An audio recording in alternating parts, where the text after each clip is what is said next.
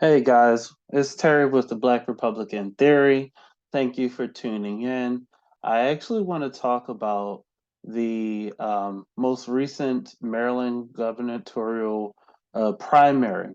So on Tuesday, July 19th, Maryland had its gubernatorial primary, the first since the C-19 crisis.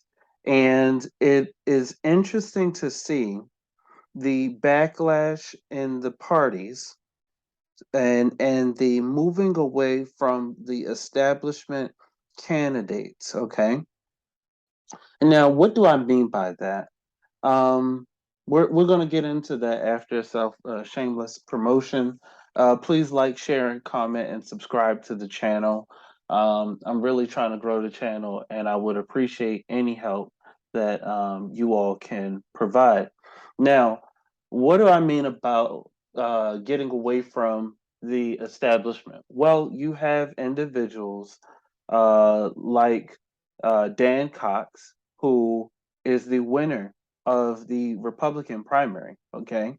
And he won by a margin of 54.5 to 41.5 of the establishment candidate. Now, Dan Cox is endorsed by Donald Trump, who he's the former president of the United States, but he is very much no longer part of the establishment Republican Party. Okay. And the establishment of the party, AKA, in my opinion, the traditional Republicans, um, they like to call themselves the party of Lincoln and Reagan.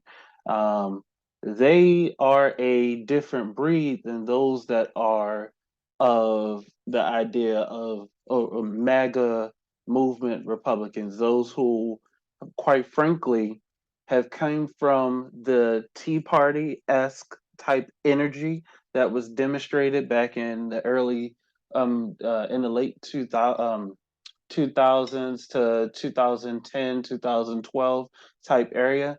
That was when you had the freaking energy. It was like going to a rave if you were going to the Tea Party. Like everybody was boosted up and pumped up and everything else. Well, these individuals have that same type of energy, and they're moving the party. Some argue that they're moving the party further right.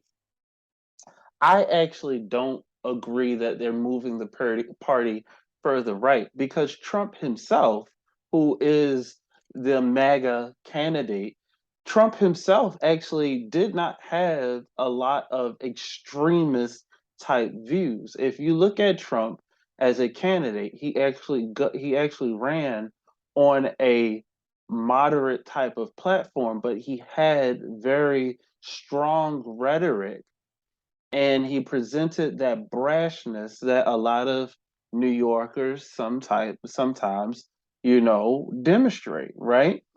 And America was so used to being and having the passive aggressive energy and the politically correct speech that they weren't ready for someone who was going to bring the heat.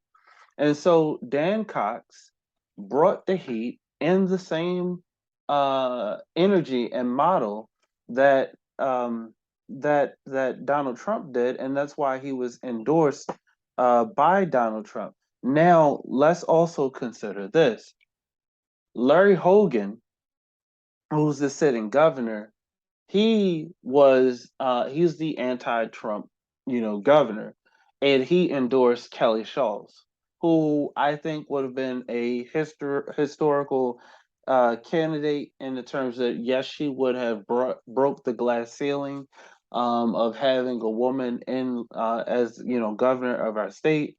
Um, but she was also kind of dry, and you could tell that she probably wasn't going to rock the boat. And quite frankly, you might need a candidate that is going to rock the boat in terms of being a Republican in the state of Maryland.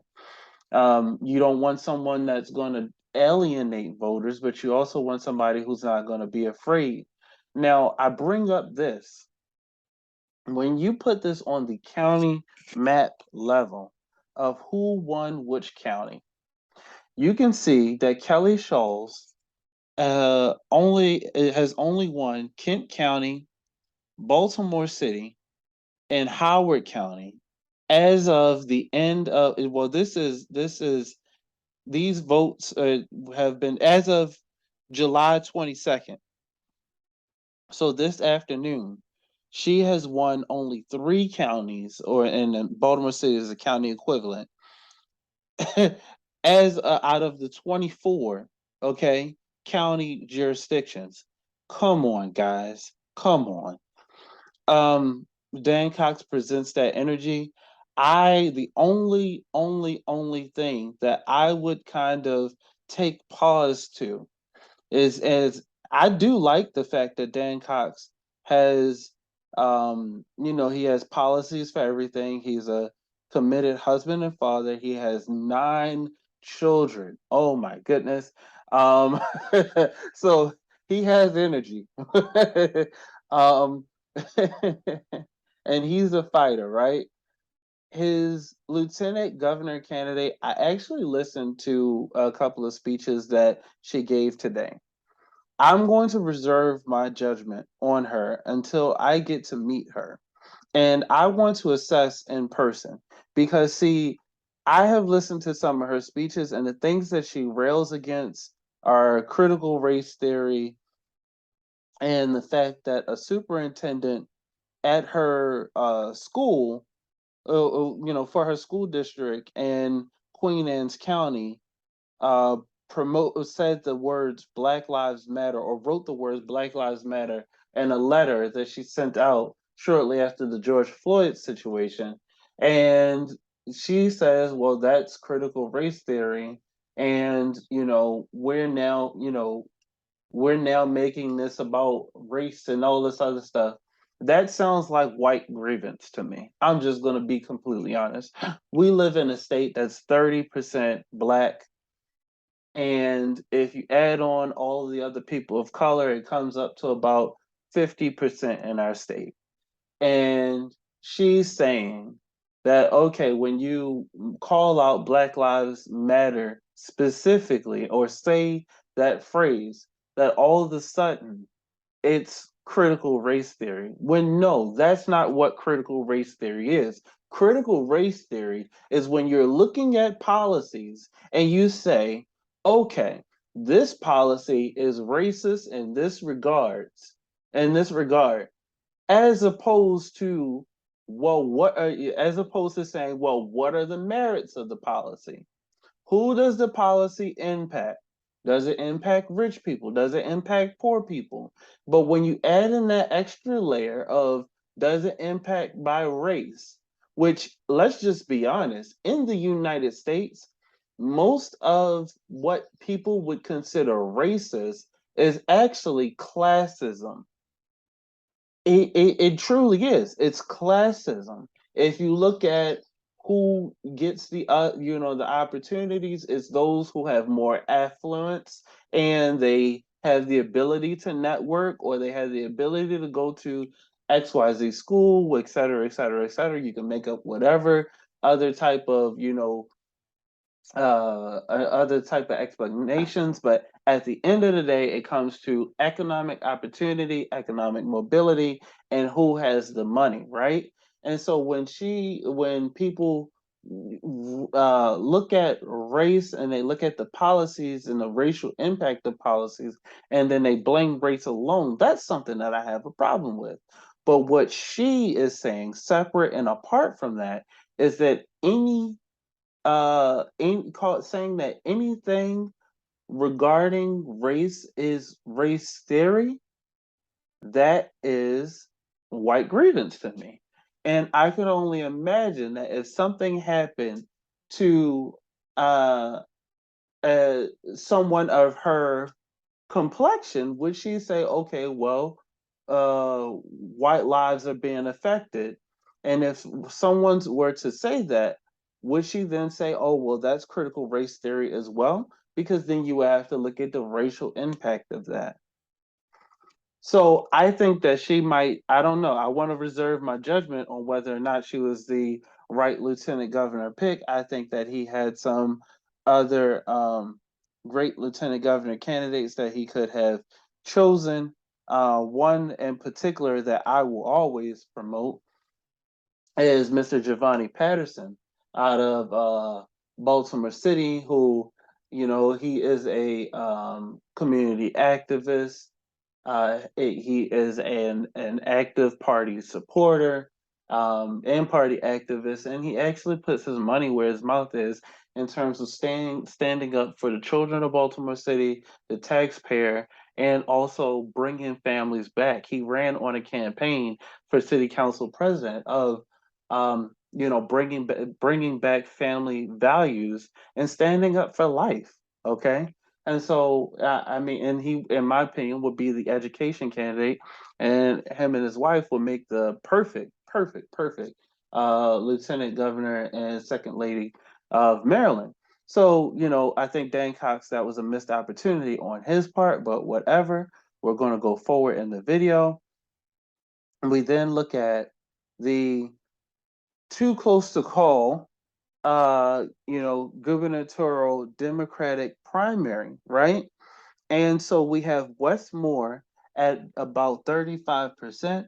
We have Tom Perez at 28%. We see that vote gap is about, I'd say that's about 6% when it's broken down, right, guys? I think it's about six or so percent when it's broken down. Let's see, 30. I'm doing the math on my cell phone. 35 minus 28, 7%. It's 6 points something, but I use whole numbers. So it's about so yeah, just 6 point something percent. So you have a couple of organizations like the Hill and everyone else who have already called the race. Okay, they said, hey, look, there's no more points, and there's no further point in counting. Quite frankly, Wes Moore has taken this.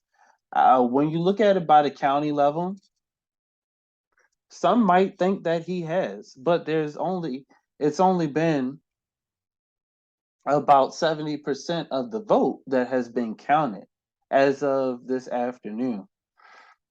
Peter Franchot took the Eastern Shore and the more conservative counties. He took the Western Panhandle of Maryland, okay? And you could tell that Wes Moore took the counties that are Black majority. But well, Carroll County isn't Black majority, but it has a smaller Democratic Party there. Howard County is more diverse. Baltimore County has a sizable Black population.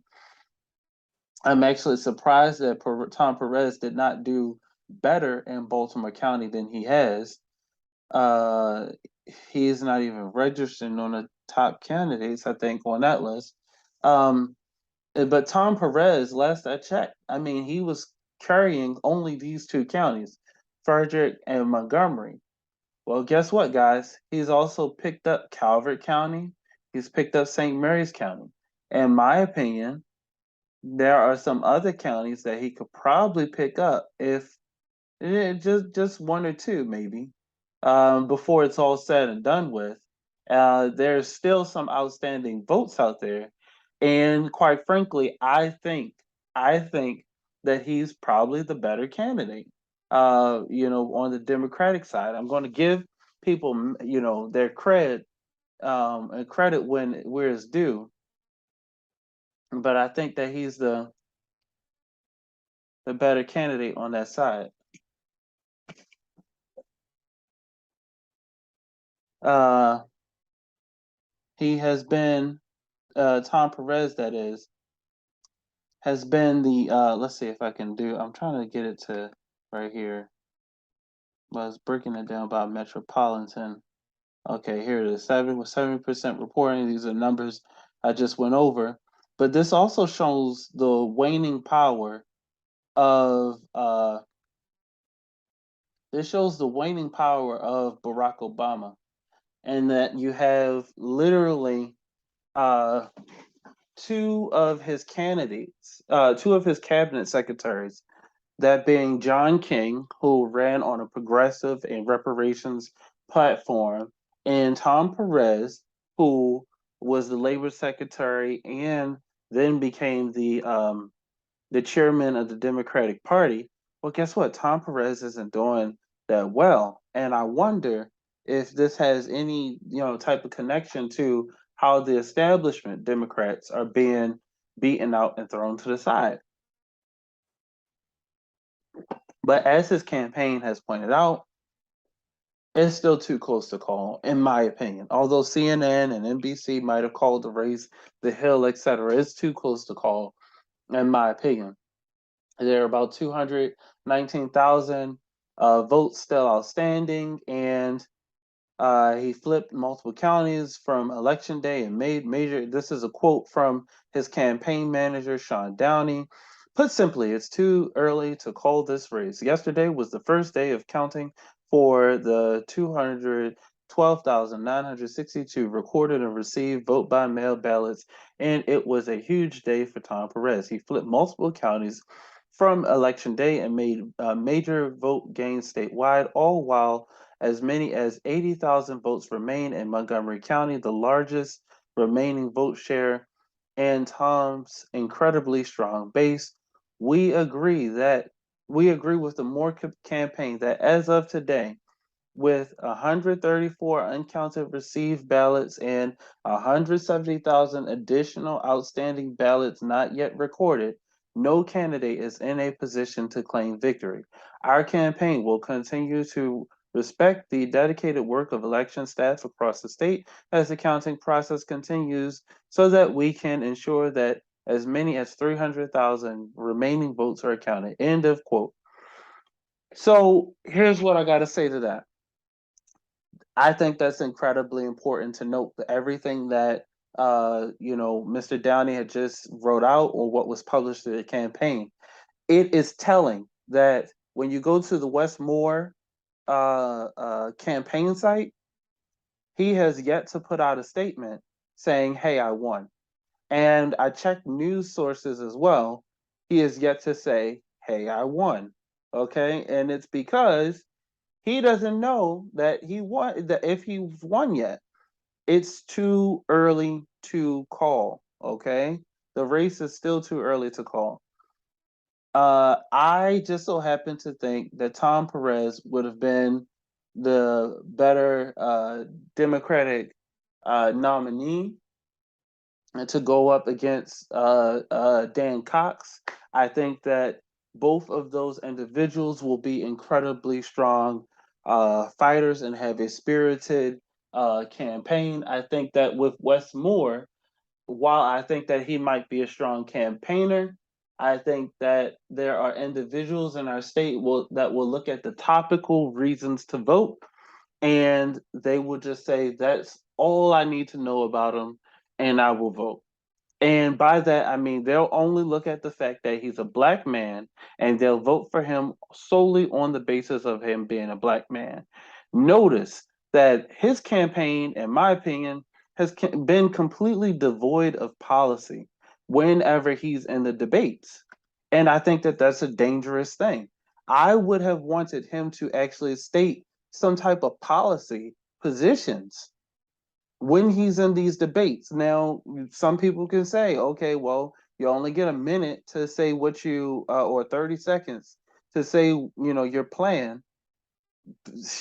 Okay, you had candidates who really spoke these things out and threw these things out. Another thing is that I think that individuals, candidates that seem like they have the perfect background, like they were created in a lab or something, they're a little bit too dangerous.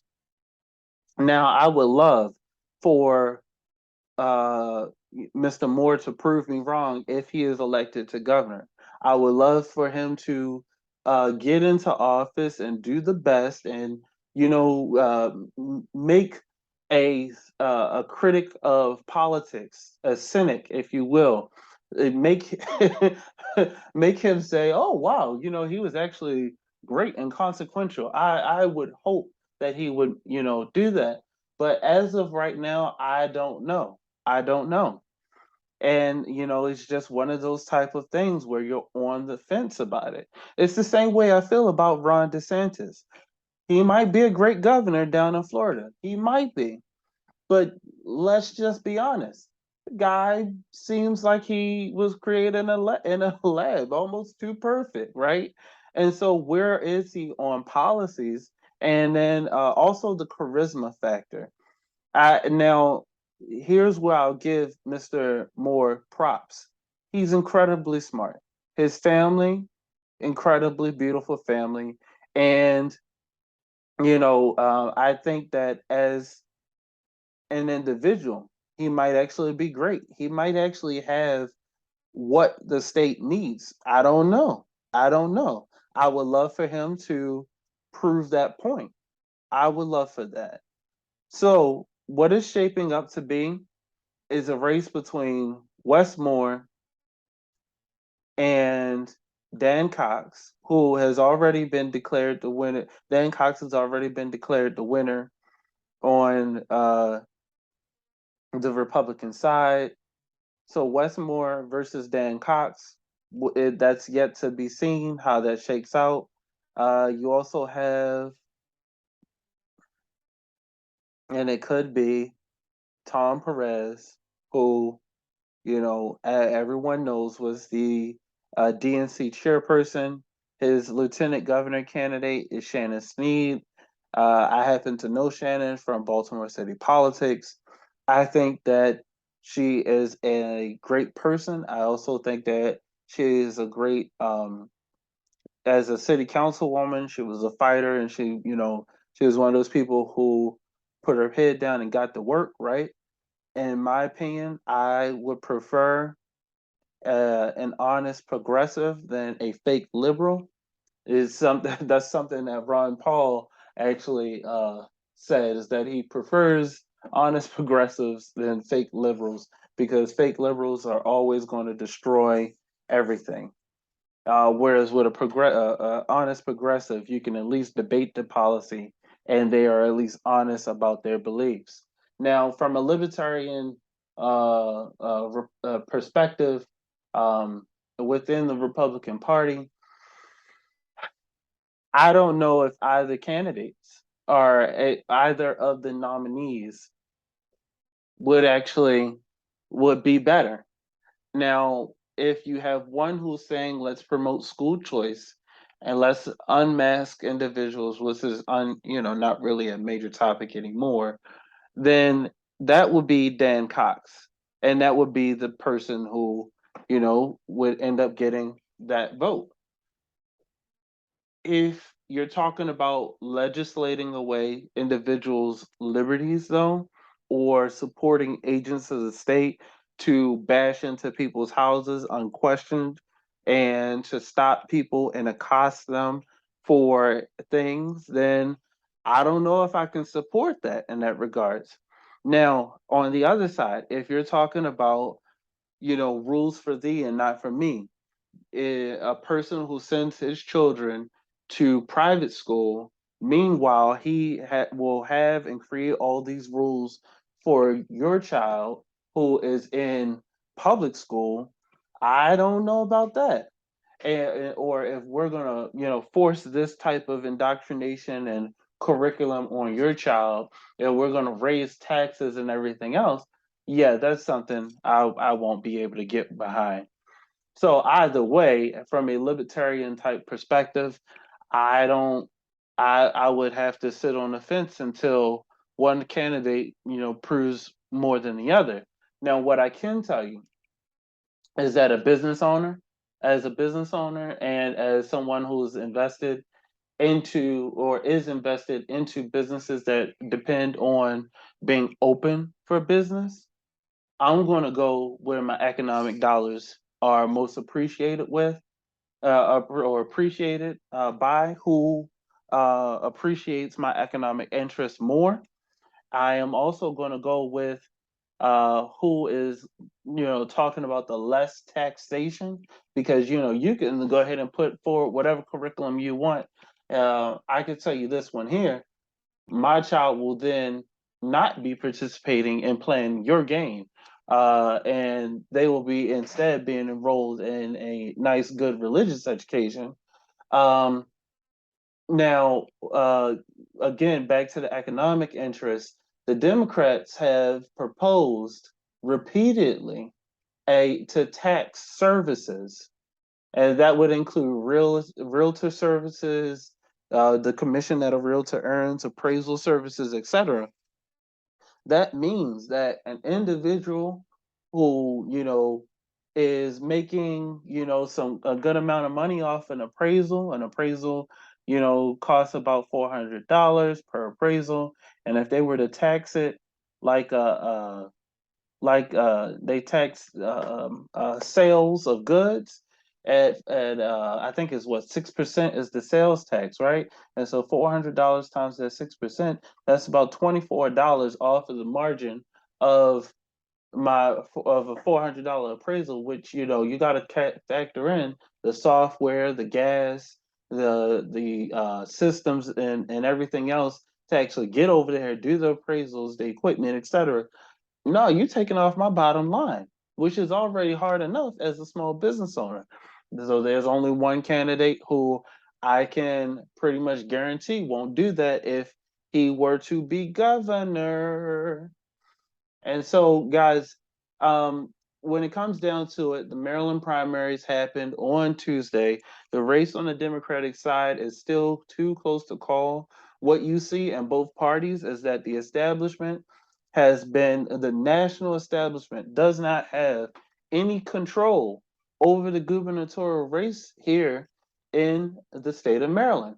Now, I will say this, the state establishment has gotten back, and they back behind Wes Moore, and we'll see what comes of that. The national establishment, on the other hand, has gotten behind Tom Perez, and we'll see what comes of that. But as the Tom Perez campaign has said, the race is still too close to call. In order to overcome Wes Moore, Tom Perez would have to get about 31,000 votes of the 100 something that are still outstanding. And I do not know if he'll be able to pull off 31,000 votes. And if so, from where? Maybe he might be able to close the gap in Howard County. They're pretty neck and neck. They're only 200 something votes away. But he would have to pull out. I mean, it's what it's 87.5% of the vote counted. He would have to get damn near the remaining 12, 13% of Howard County, which that's not realistic. He would have to get the remaining votes from Baltimore County, which there's only 64% of the vote counted there. He would have to get the remaining votes from, well, so Baltimore City, I think, might go towards Wes Moore. So that's a foregone conclusion.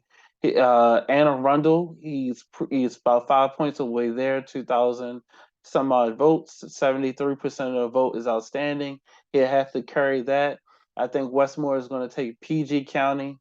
I also think he's going to take Charles County, which he's ahead by over 20 something percent in both of those counties. So that might be a foregone conclusion. And in Talbot County, which has a strong black population, I think Peter Franchot will actually take those counties. But we'll see. We will see. I mean, and so in order to win, Tom Perez would have to take Baltimore County, Howard County, Anne Arundel. He may be able to squeak. He's not going to be able to squeak out in Charles, and he might actually have to try to get one of these other counties over here. Well, that's a foregone conclusion. You see, most of their votes are already in, and these are not voter-rich counties to begin with.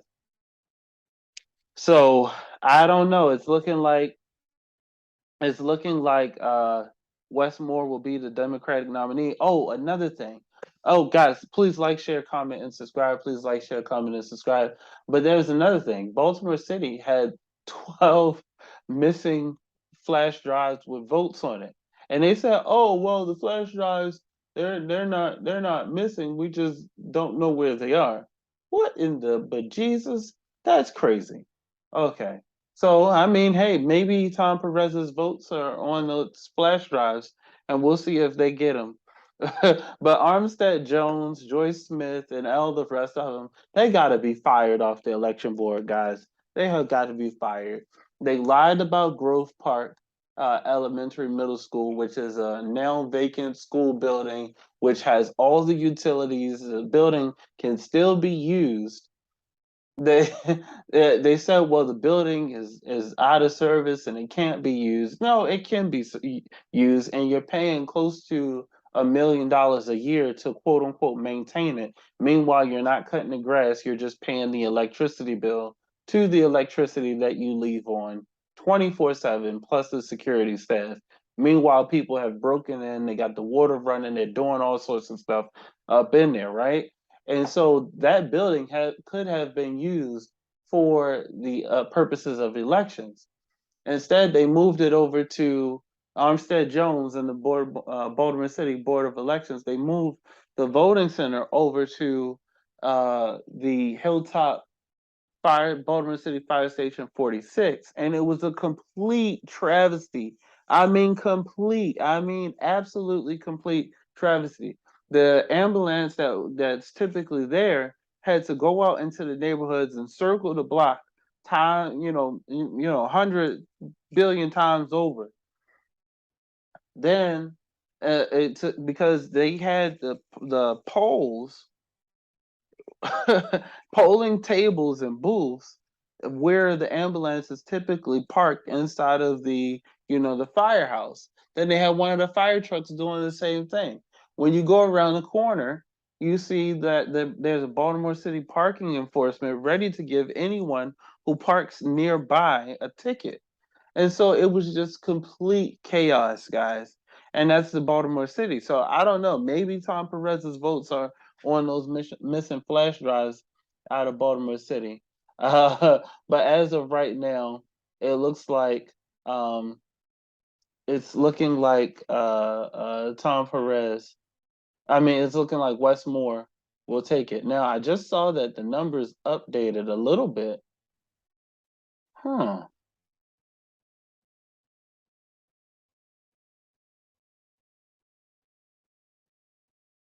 I think it was 127 and 160. I know it previously said like 64% of the vote in.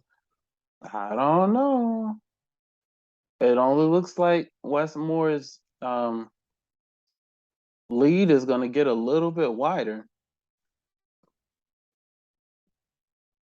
All right, so Annapolis didn't change. Howard County didn't change. Carroll didn't change. And Baltimore County did not change. It was Baltimore City that changed. Okay, and so as you can see, Wes Moore is still doing pretty strong. And I know Tom Perez really focused and concentrated on East Baltimore. So we'll see if he has any votes that came out of there that might boost his margins a little bit. And that might boost his margins a little bit, but he still has about six points to go. And it was gonna be like 30 let's 160 minus 129, 31,000 votes period that he's still going to need. I don't know if those votes are out there. I really don't know if those votes are out there anywhere. It might be on those missing flash drives, but 6.7% is what is separating these guys, and what you see is a reflection of the larger parties. Um, and we'll see what comes of it. So, all right, guys, I don't want to keep talking in circles. Please like, share, comment, and subscribe. There's been a great video and time watching this election play out. It's sometimes quite terrifying. We'll see what happens going into the general election. Again, please like, share, comment, and subscribe. Thank you.